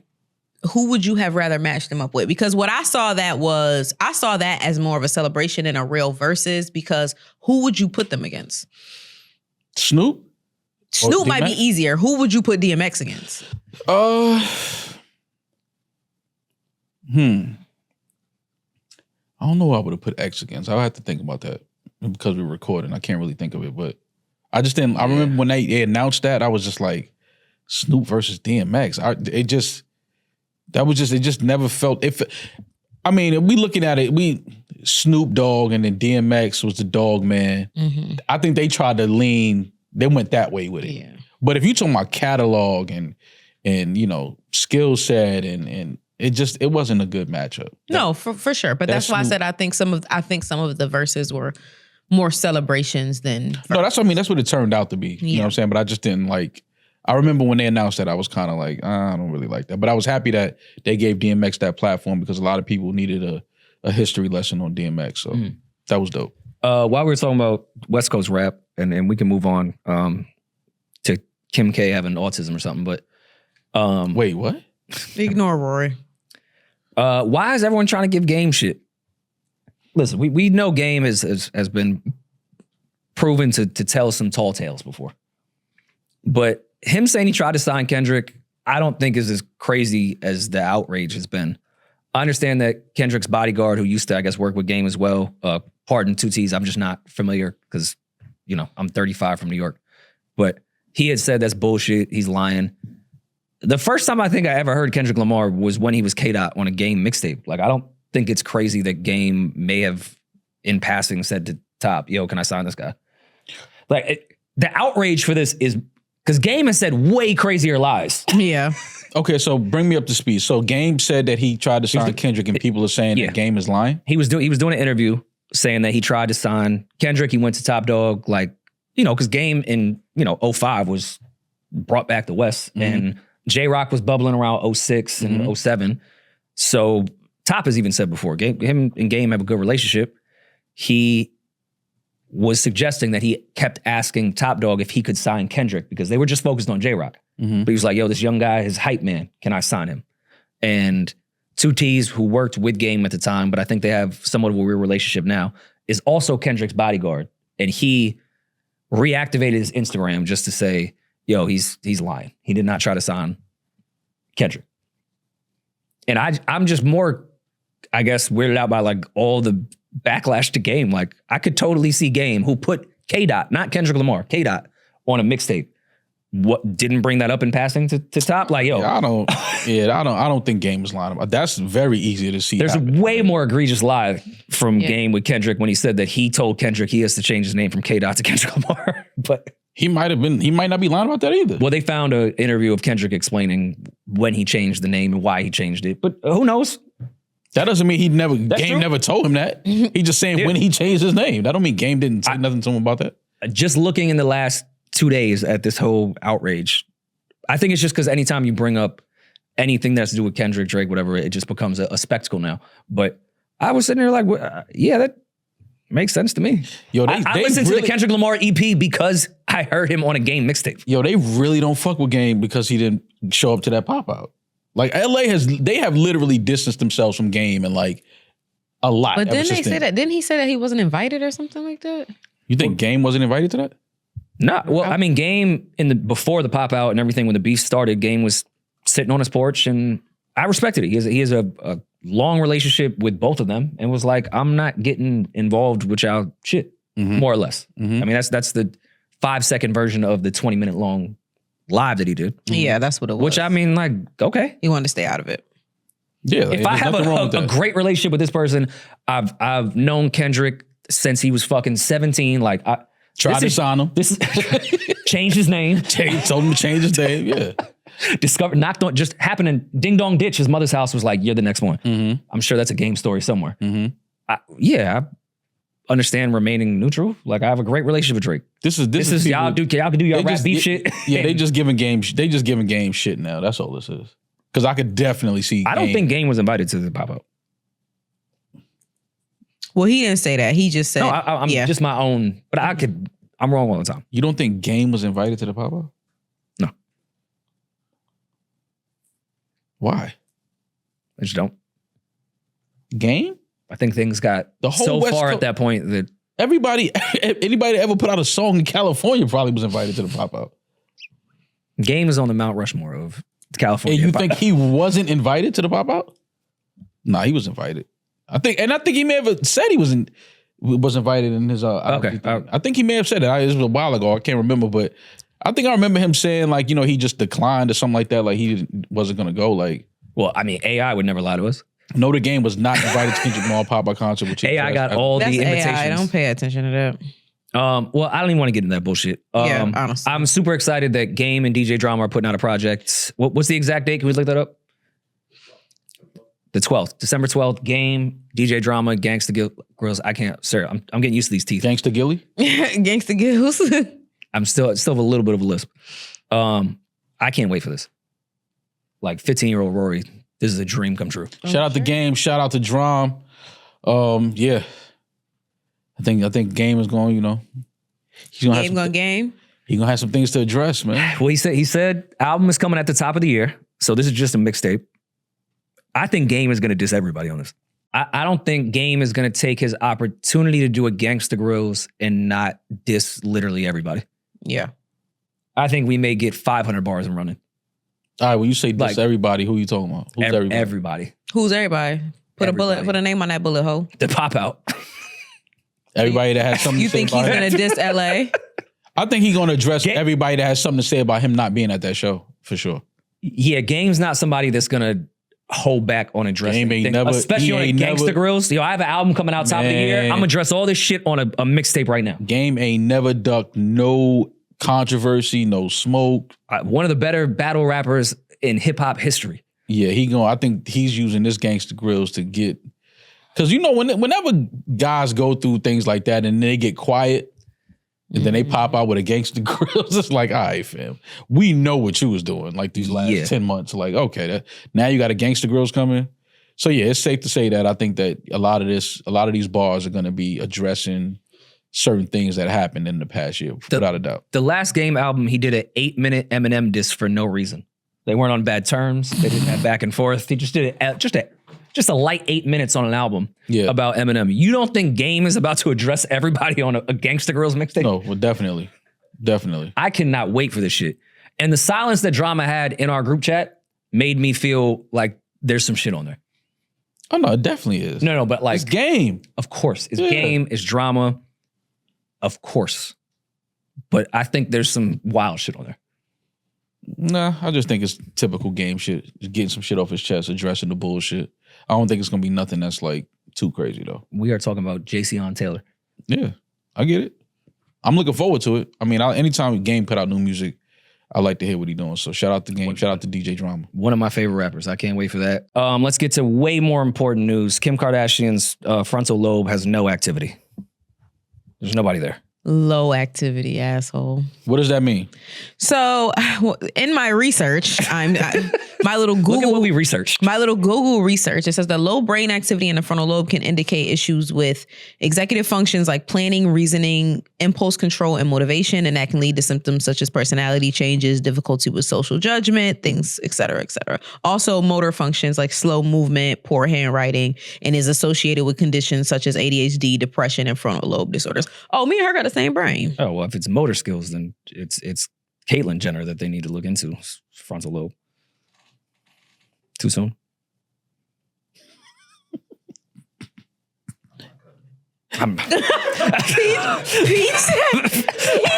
Peeje, please don't. Leave that in there. Leave that in there. Peeje, All right, so, not cutting it. So Kim That K whole finds family's out frontal lobe. Kim K finds out she has low brain activity in her frontal lobe. And now the internet is saying they think that this is Kim K setting the screen to kind of endorse getting chips implanted into our brains. Look how fast we turn Kim K. Kim K now is saying that she is, she has low activity in frontal lobe. Now people are saying, okay, Kim, we know what this is. You're about to start sponsoring, or you're about to be the face of implant chips. Kim can't even have a low functioning frontal lobe without y'all trying to attach it to her trying to get a bag for some fucking science that's coming down the country. Now a girl from the valley can't have a low brain activity. Like, what the fuck are we talking about, man? Like, but I mean, well, hopefully, do we think that this has anything to do with her not passing the bar? No, because I just explained to y'all literally what low brain activity in your frontal lobe means, and it had nothing to do with intelligence. Oh, nothing to do. Well, with look, that's my frontal lobe is not, because I didn't even retain. Yeah, what you were too said. impulsive. That's why it's definitely working. It's here. The third eye is not. It's a little. I need to put some Visine on the third eye. That's hilarious. Imagine you in the street just seeing somebody just put this on their forehead. Yeah, got to put the Visine right here next time. My bad.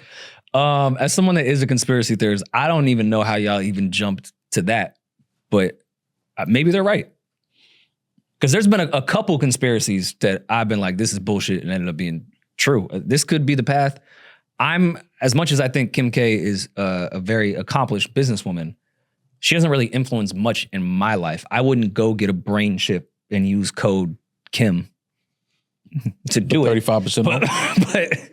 But do we think people would look at Kim to then start putting chips in their brain? No. If it was anything beauty related, maybe, but I don't think people are going to look to put chips in their brains. Where do they put makeup on? Their third eye. That is true. But yeah, I don't. Frontal lobe is right over here, I think. I can't see it. I get it. People trying to attach the Kardashians to all kind of crazy shit. Y'all like to, put the Kardashians in a lot of bullshit, but I'm not correlating this. I think that, she obviously got tested on the show for her frontal lobe. Okay, found out she has low brain activity in her frontal lobe. This episode is sponsored by BetterHelp. Listen, man, around the holidays, especially on the internet, it can be really tough, and it may drive you into therapy based on what they're saying on the internet about you. But listen, man, that doesn't have to interfere with your holiday traditions. Some people have many people in their family. Some don't have any and are just beginning their own. Now it's time to reflect on what they mean to you to rewrite those traditions and make your own, like a perfectly new hot chocolate recipe with the kids or continuing your great aunt's sweet potato pie.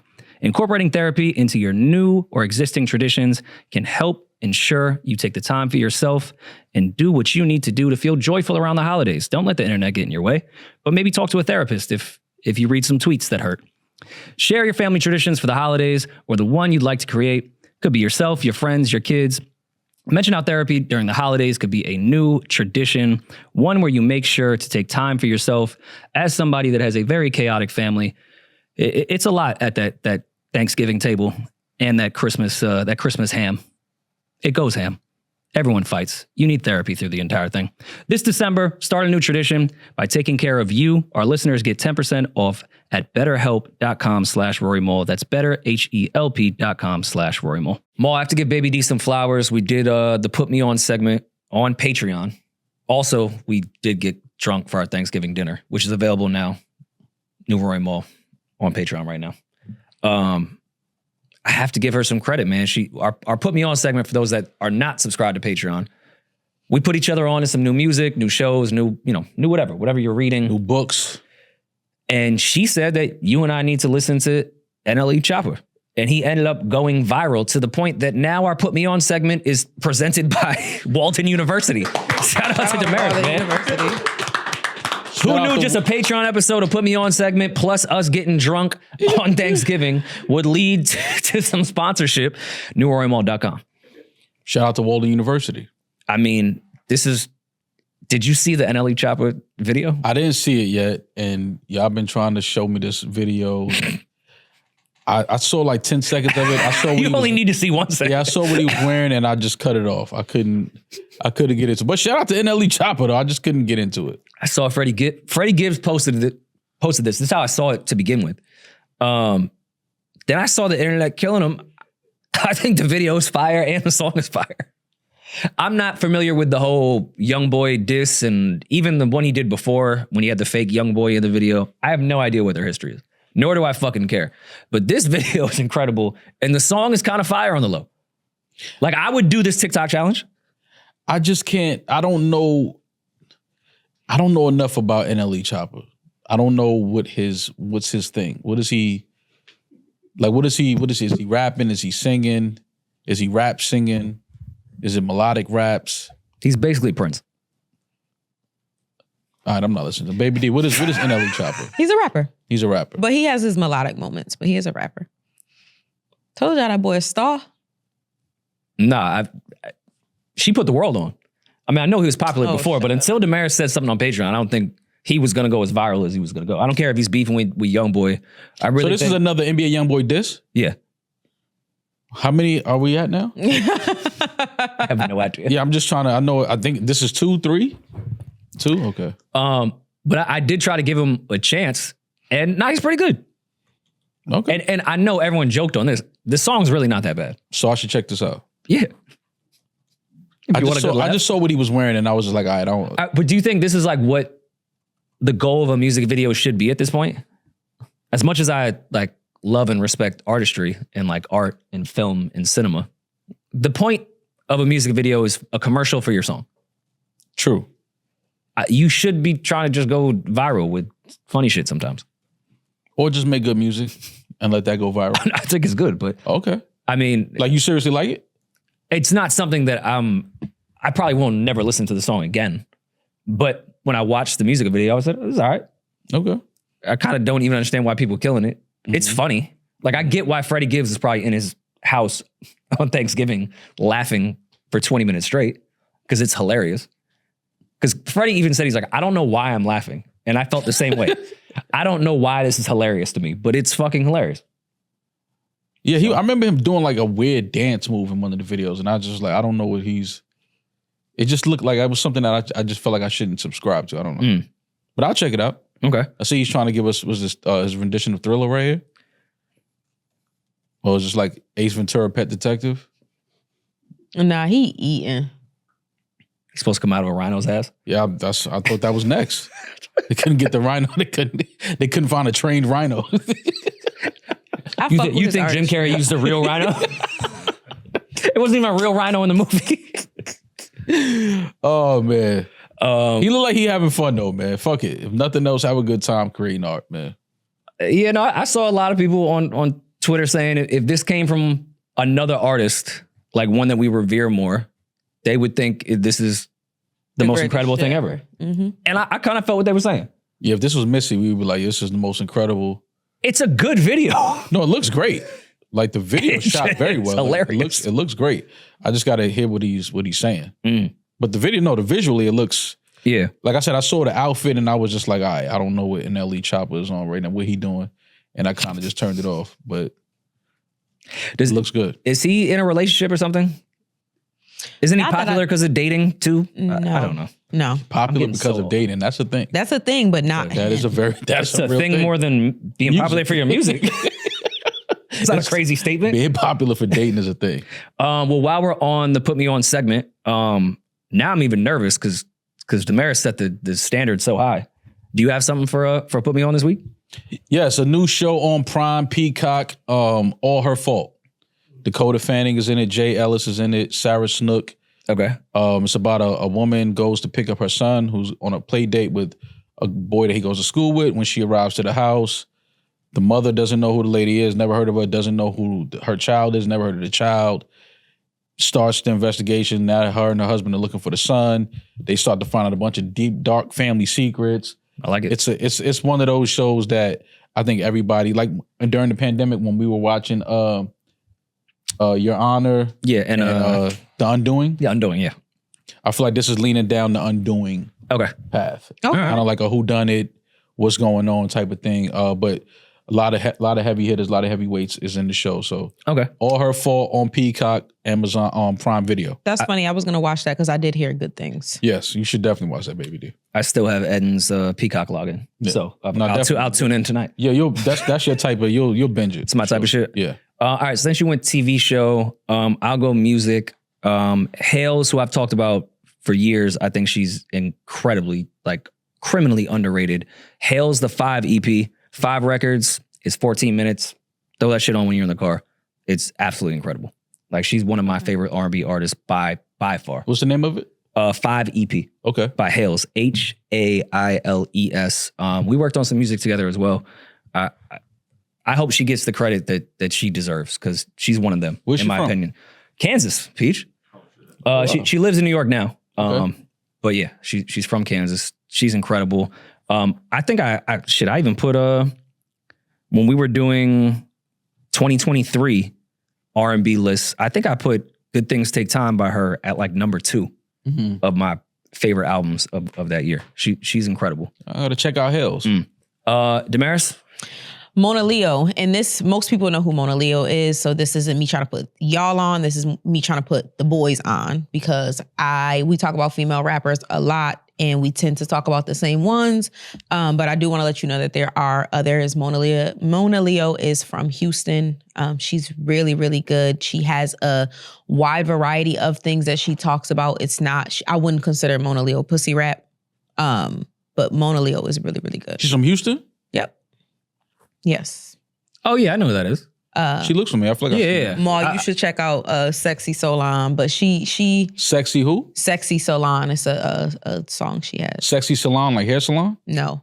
Solon. Oh, Solon. Yes. Okay. I mean, we love Houston women. Yes. So Mona Leo. we're here to She support. just married Stunner for Vegas. It was a very big, cute pink Okay, wedding. that's where I know I've seen her face before. All right. Okay. Yes. All right. So yeah, so you dating? That's the get off that Don Julio, Ecafulio. Yeah. That's her. But she has so many other songs, and she's really good. She's going on tour at the end of this year, going into the next year, and I think that 2026 is going to be like a huge year for her. So Mona Leo. Mona Okay. Leo, yeah, Shout check out her to out. Mona Leo. I mean, this isn't really putting anyone on, but while we're here talking about TV shows, we're recording this on December 1st. December 2nd, the Puff Netflix documentary comes out Oh god, tomorrow. That is EP'd by 50. He's been doing press runs and interviews about it already. He did Good Morning America today. Yeah, didn't he did, yes. he? Yo, 50. Look what 50 doing Good Morning America. I didn't even know 50 get up that early. He will for this. He didn't go to bed. He threw a suit on. He had a suit on. He had his good suit on. Yo, 50. I think it was a teal suit. It was a color I've never even seen 50 in. Yo, 50 is fucking crazy, man. What do we think we'll get out of this? And by the time everyone hears this, the doc will be out. So again, we're speculating. I don't think we're going to get much out of this based off even the trailer and what they talked about with Good Morning America, where they had footage of Puff wanting hand sanitizer after he dapped a fan. I was like, this is what we're doing? I feel like you know, I love 50 and revere him, all that shit. He said, I think it just speaks to his character. I'm like, I want hand sanitizer sometimes after I dap somebody I don't know. with these documentaries though, because I feel like we saw so many documentaries before Puff even went to court. Yeah. No, the next day. How fast does it take? How long? How quick can you do a documentary? This is more of an actual doc, the way, like some of those on Hulu and everything that were like literally the next day are just, you know, they're getting 5 talking heads that work in media and then they're just piecing together photos and telling the story. This, I think, is supposed to be a real doc. Okay. Well, we'll have to check it out. I don't know what we're going to find out that we don't know already, that we haven't heard, but 50 was on Good Morning America. I gotta watch. He sold me. No, I'm gonna watch it. Gotta watch it. And in no way am I a Puff supporter by any means, but the gotcha clip that they put on Good Morning America, I was like, all right, is this necessary? Yeah, but that's why I want to watch it, because I just want to see this is the gotcha moment. Yeah, hand sanitizer. But again, there could be crazy shit in there. Mm-hmm. But if this is what they're using to sell a documentary, I don't know if we're gonna get much information. And it's Netflix, right? Netflix. All right, well, gotta check it out. Yo, 50's he be bored sometimes. All right, so put me on Walden University. Don't forget, we are checking out Mona Leo. Mm-hmm. I got to see what Mona Leo talking about. Hale's 5 EP. Hell's 5 EP and All Her Fault on Peacock Prime Video. It's always her fault. It's always her fault. Finally, somebody said it. I'm willing. I've to been bet. waiting for this series. We gonna come back and talk about it after I watch it. But I'm willing to bet it is her fault. It's the mother's fault. That would make sense. I'm willing to bet it's all her fault. Yeah. I'm willing to bet. And you know what? That's how this I bet ends. she takes no accountability. Yeah. Oh no. Definitely don't know accountability. You know they're not taking accountability. Well, yeah, I can't wait to watch that over the week. But let's get to voicemails. You've got mail. Sponsored by Boost Mobile, unlimited talk, text, and data. Yo, says you're from New York, big fan of the show. I had a question for all y'all. So basically, like, somewhat recently, you know, me and my mom's kind of had like some dope bonding moments or whatever. And I remember like she was getting into bud when she was older. When I was older, she's always been older. And she was like, yo, I want to grow plants. And I'm like, I bet. I hit my boy. So my boy came through, blessed her with some plants. To this day, she grows bud. And whenever she comes to see me, she'll bring me some bud and we smoke together. And I just feel like that's some real dope shit that like I never thought as a kid, like, you know, me and my mom could bond like that. Like smoking in front of my mother was crazy. So my question to y'all is, you know, what's your favorite bonding moment that y'all had with like either one of your parents that y'all remember to this day?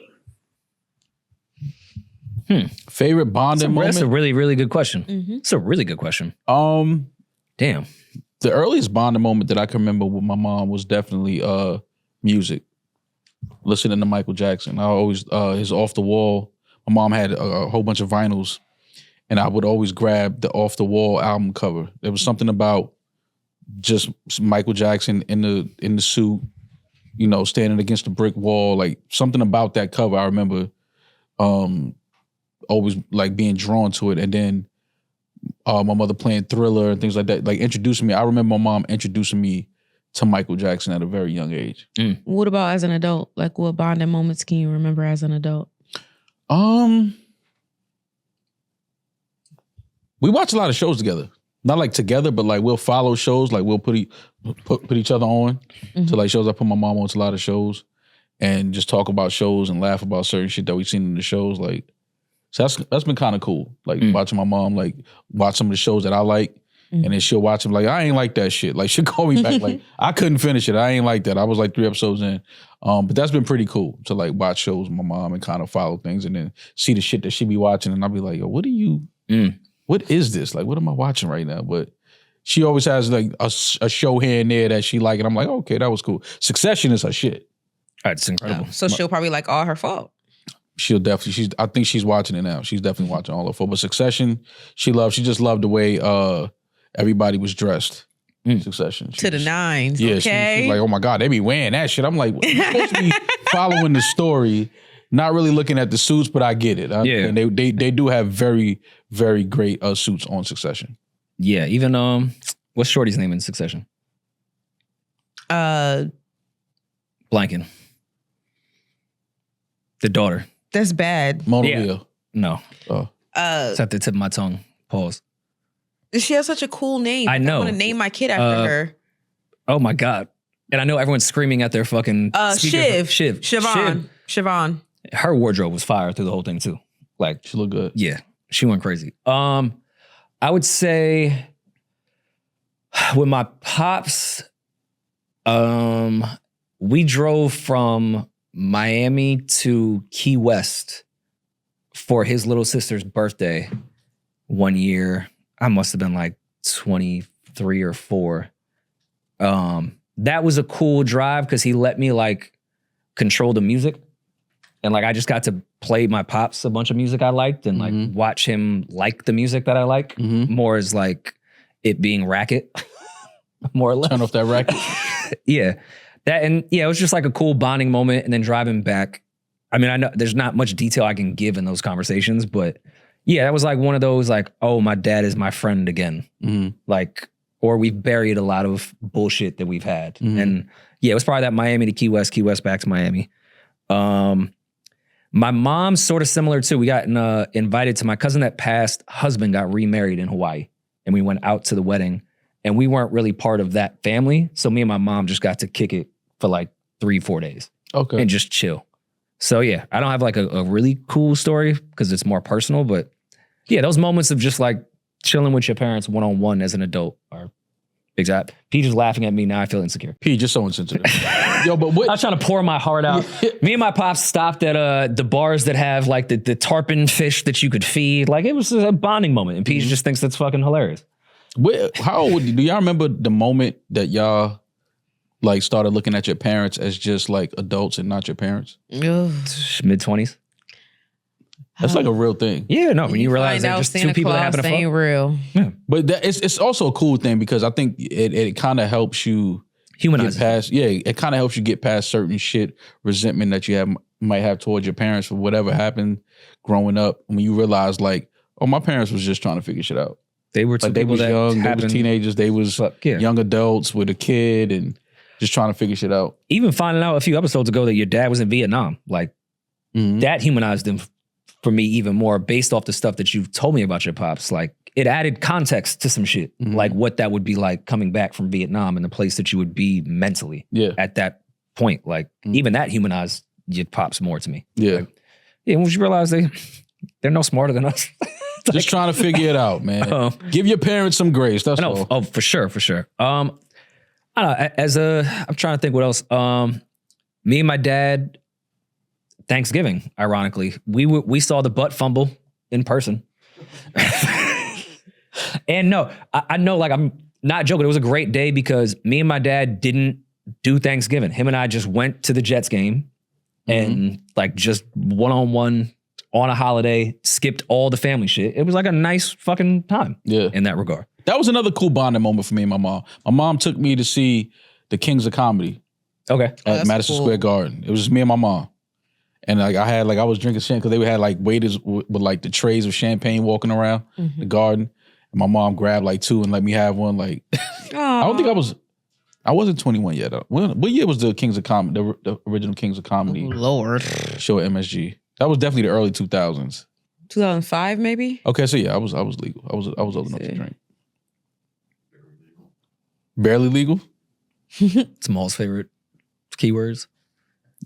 Yo, fuck. Oh, 2001, Mom. 2001. Oh, 2000. Oh, so yeah, I don't. So you would have been 20, right? Yeah, I was 20. So I was 20. She snuck you a little something? Yes, I remember that. I remember like the waiters was walking around the garden. They had like champagne on the trays, and you could just take one. And I remember my mom snatched like 2. And me and her had some champagne. This is me and my mom went to see the King's Comedy. That was dope. I remember that night. That was a dope night. I know it's a complete left field shit, but it reminded me of my mom taking me to the Heartbreaker tour. I got in the wildest Mariah Carey argument ever last night, and I think these people listened to the show. I was at my man Denzel's 35th birthday at his crib, and I felt like I was being yelled at by 7 Demarises at one fucking time. Good. I apologize to the Mariah Carey community. I did not know you guys had the stands that you guys have. I almost like left early from the birthday party because I was just being cursed out by Mariah fans. I almost FaceTimed Demaris to be like, here's your tribe.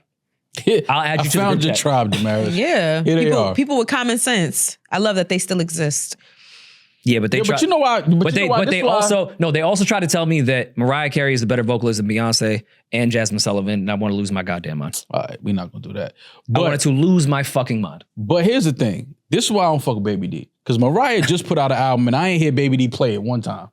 You haven't heard me play mad shit that I listen to. Every time I come in here, you got some twerk. You just lied, Ma. When's the last? Ma, you're a liar. When's the last time you heard me play music in here? The last time you heard me play some music in here was when Cardi's album dropped. That's it. I don't even be playing music. That was 3 weeks ago. That was not 3 weeks ago. That was damn near. That was 2 months ago. Same shit. Tomato. No, I don't play music in here. Who's counting? Do you like the new Mariah album? I haven't listened to it. It's good, but with Mariah, it's tough. I go through the same thing with Janet. It's like But this is AI to Mariah, though, right? Please stop saying that. It's not. I'm sure that there's some auto tune on her voice, but AI is something completely different. I'm not even trying to be funny. I think like they AI'd Mariah's voice. I know we talked about that, and I don't agree with you. Okay. So we can agree to disagree on that. But if we find out that it was AI, you gonna say sorry?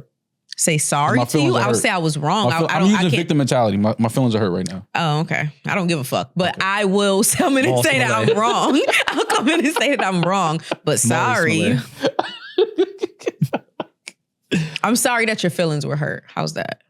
I'm sorry that you took what I said. Yeah. I'm sorry you were offended. I'm sorry you were offended by the things that I said. Yes. I tried that one time. Sound familiar? Yeah. But it did put a lot of things in perspective because I know J. Cole and Mariah are like, that's Demaris is like 1 and 2 with everything. And I understand both their fan bases. They'll try to make you out to be a hater when you, I love J. Cole and I love Mariah.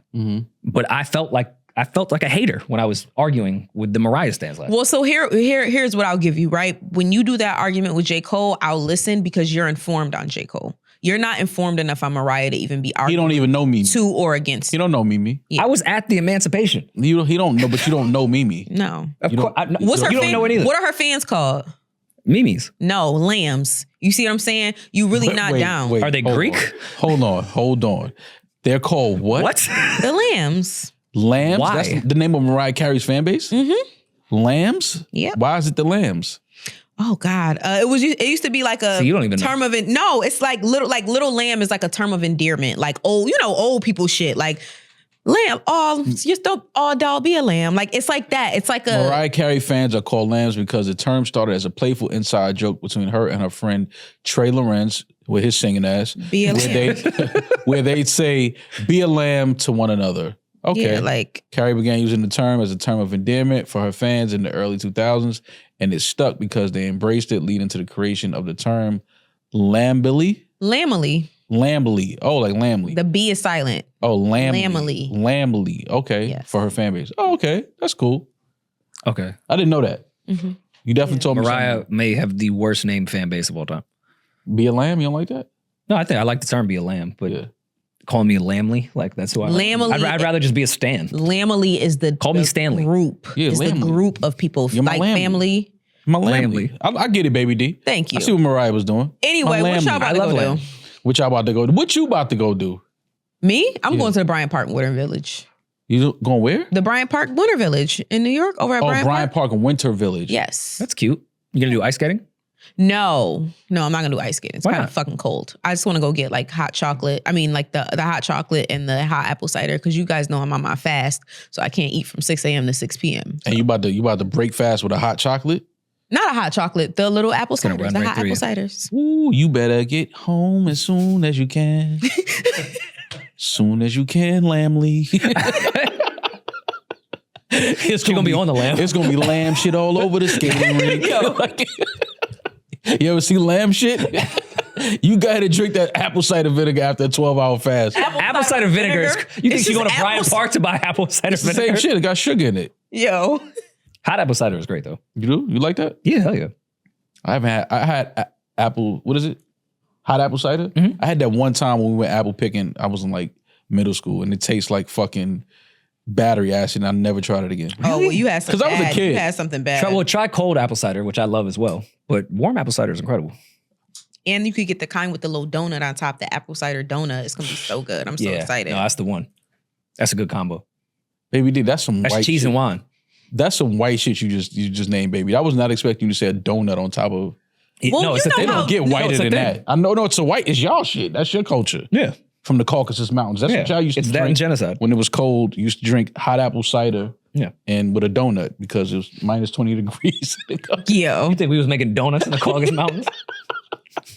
Oh It man! was killing boar. All right, well, baby D, have fun. thank you. Don't hurt yourself because we got to come back in this week and work some more. So Unfortunately, don't break your leg. Don't go out there on the skate rink and try to do a triple axel. Don't play yourself, please. Don't do that. I want to try that before I die. A triple axel? Yeah. You're gonna die soon. No, I know. Let it go out. Figure skating would be fun. That's a great sweater, by the way.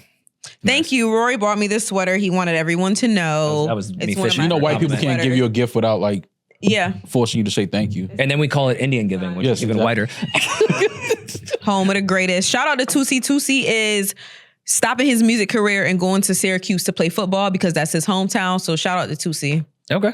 25-year-old rapper Najor, that's his name? Mm-hmm. No, I'm fucking his name up. Naujor Tusi Granger commits to play football at Syracuse. All right, shout out to Tusi. I ain't mad at it. Great uniform. Follow your dreams, man. It's all good. These are great pants. Can we plug these? I'm serious. Shout out these to are Vanity. fire. Shout out to my guys, Ant and G, on the West Coast. Oh, that's Vanity? This is Vanity, Oh, man. yeah, they got to send me a pack. You know, I only wear shit from people that I support. yeah, no, nah. those are fire. I Yeah, really, man. really like those pants. Shout out to Vanity, man, for the pants. Shout out to Audi that gave me this shirt because my oil change took 3 hours when it was supposed to take one. So they gave you a shirt. Yeah. They checked the oil with that shirt. It was like, thank you. I sat in the Audi waiting room for 3 hours when it was supposed to be 1 hour, and they was like, "Here's a shirt. Sorry." Oh my God. But I like the cut. It's a good color. I like that color. Yeah, I wasn't even mad. Like, I was fuming, as you know. Yeah. You've seen me in a I've TSA seen it, line. yes. How do you think I was? At the Audi line, I already know. It was Yeah. worse. But then I was like, oh, and it's American Apparel. Good I was like, shirt. yo, look at the collab. Good fit. Good lay. I like it. All right. Well, Baby D, have fun. Rory, congrats on the new teeth. Eat away. Chew till you can't no more. And we'll talk to y'all soon. We're going to talk about Mars' first day of 3K in the next episode, by the way. Okay. We'll talk to y'all soon. Be safe. Be blessed. I'm that nigga. He's just Ginger. And Rory has a new Hollywood smile.